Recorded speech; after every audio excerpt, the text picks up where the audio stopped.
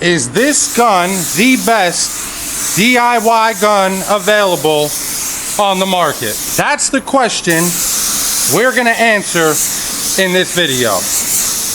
For those of you who don't know what this gun is, this is an R500, also known as the $70 Amazon special. Yeah, you heard me right.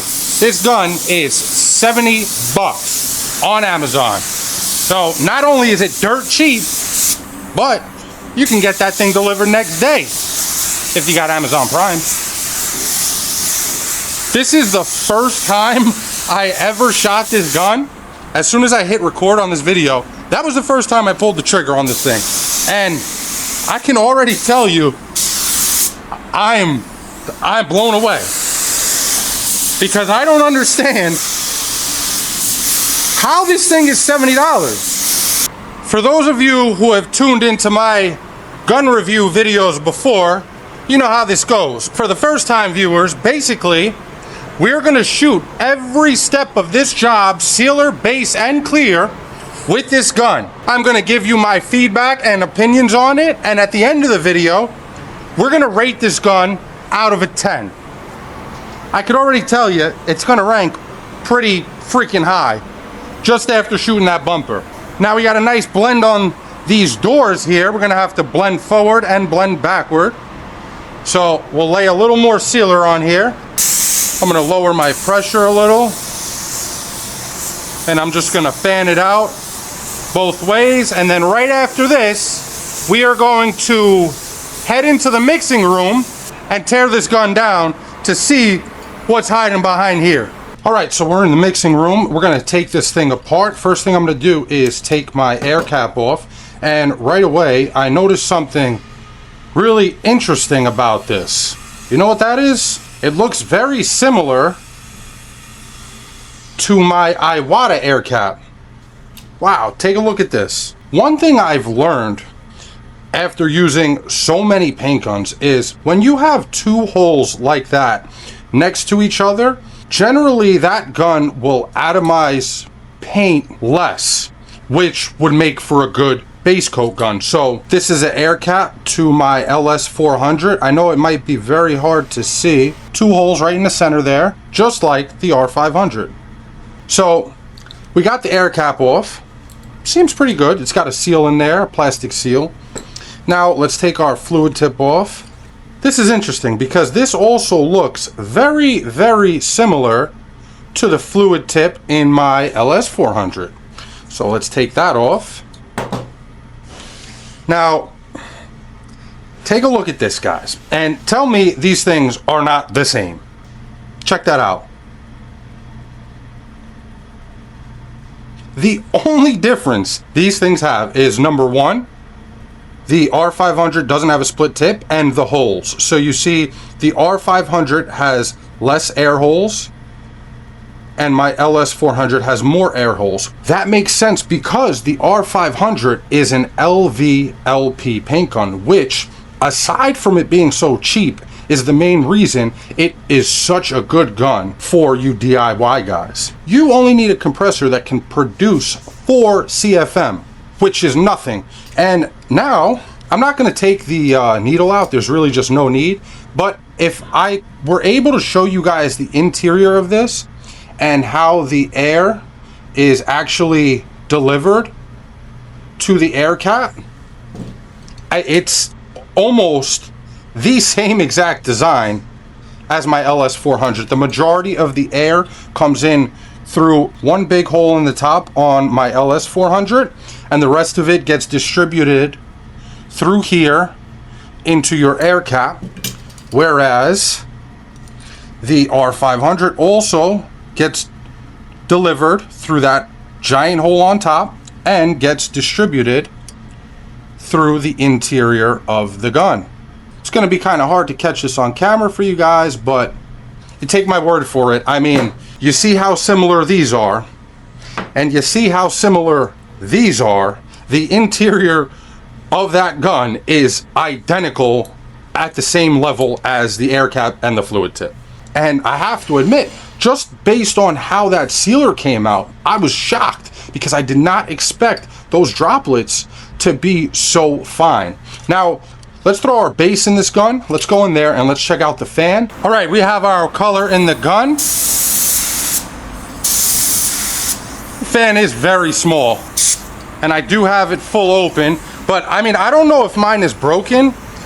If I spin it like to the left, right, to open it up, this thing just keeps spinning. So I'm not really sure if it's fully open. I believe it is. Honestly, not the prettiest pattern. Kind of looks like a giant turd. Not the worst, you know, it could be worse. If we look around the pattern, we can see that it is atomizing our base coat very well.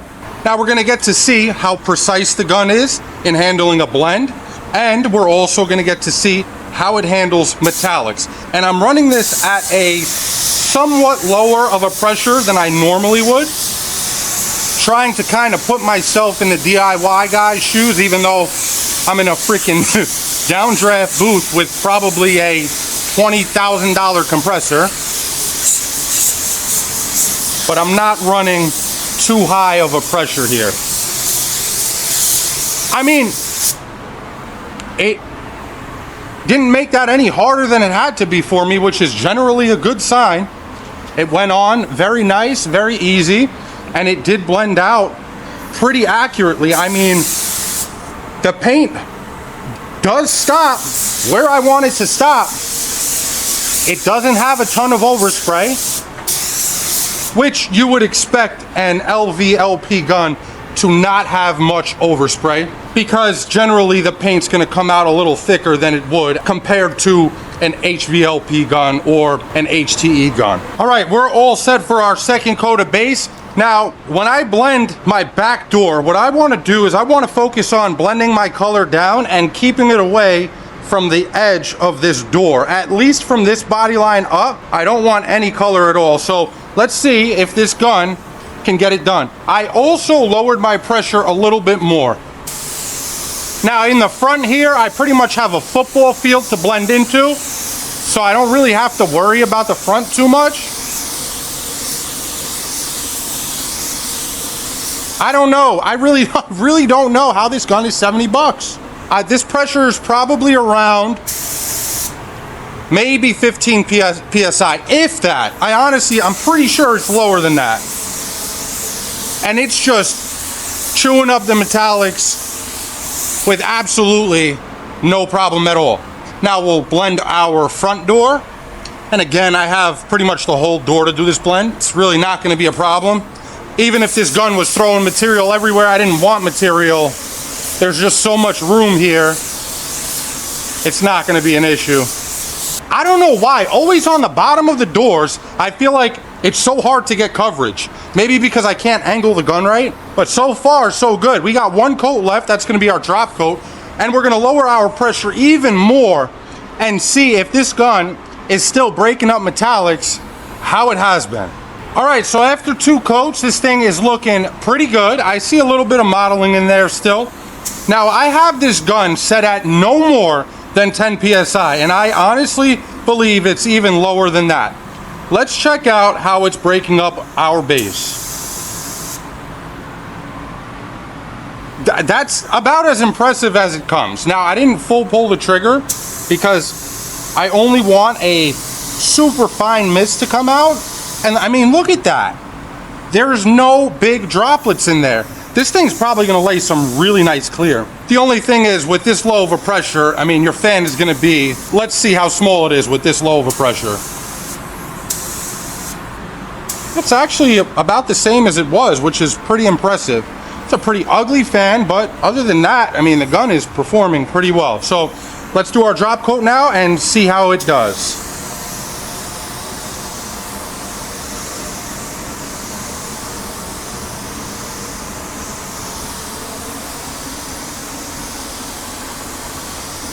See me again blending downward on that rear door. Now what I'm gonna have to do here is go kind of from bottom to top, because it seems to be the only way I'm able to get coverage for whatever reason on the bottom of my door. Now we'll take our blend up a little bit. I am honestly, truly impressed by how well this gun breaks up material at such a low pressure. I mean, this is up there with some of the best guns out, to be completely honest with you. It really is. Let's check our drop coat and our blend. Everything looks absolutely perfect. This is the same job I would have got out of a $800 or $1,000 gun. I really can't wait to see how that thing puts down some clear. All right, so I went ahead and threw a gauge on here. For our first coat, we're gonna shoot it at 2 bar, but for our second coat, what I'm gonna do is see just how low I can go on the pressure. I got a feeling I'm gonna be able to lay some beautiful clear at like 20 PSI with this gun, and that would definitely be good to know. I'm shooting my Omni MC161 unreduced. Here we go. Okay, first impressions, this gun is putting down clear like it was born for this. I mean, this is insane that this is a $70 gun. I feel like I could just wave it around and I'm gonna get a great finish. I really do feel like this gun is doing the work for me. And my brain can't comprehend how this is possible for the price. I really can't wait to see the finish that we're gonna get on this thing either. All right, we'll let this flash off, and then I'm going to come back and we're gonna lower this pressure down to 20 PSI and see how it lays at that low of a pressure. All right, second coat. 20 PSI. Here we go. Now I'm gonna go a little closer and a little slower, and it is breaking up that clear absolutely perfectly. This gun has done nothing but shock me from beginning to end, man. Let me tell you. I can't wait to see the finish we're gonna get out of it. The guys who are out there who are a fan of the drizzle, man, this gun, if you ever use it, it'll make you feel like you got scammed.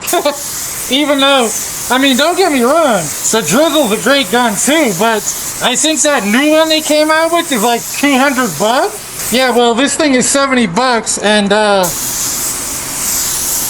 mean, I can tell you right now, it pretty much puts it to shame. I'm over here shooting clear at 20 PSI, and it is putting it down just perfectly. My hose is in the way, so, and I only got one hand, so I gotta shoot the bottom of the door a little funny. Alright, we're gonna let this flash off, and then we'll take a look at the finish in a few minutes. But, I mean, so far, look at it. All right, we've given this thing about 10 minutes. Let's see how she looks.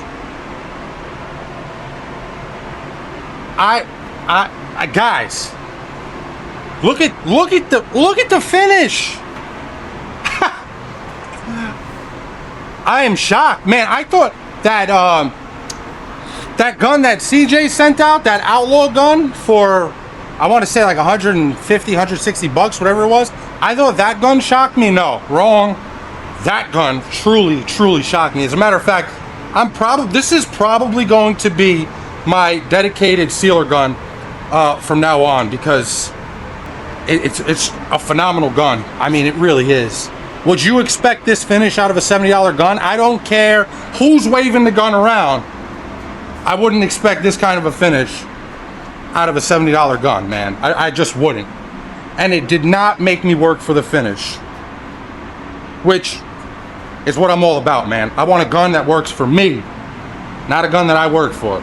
With that being said, based on the results I got the price of the gun and the ease of use, man, I'm just gonna be straight up with you guys. If it wasn't for the fan pretty much being the shape of a turd, I would have given this gun a 10 out of 10. And that would have only been the second gun I ever did that with. And that would have solely been because of the price and the quality. It's about like dollar for dollar, it doesn't get much better than this gun. And I see why people have been trying to get me to use it pretty much since I started YouTube.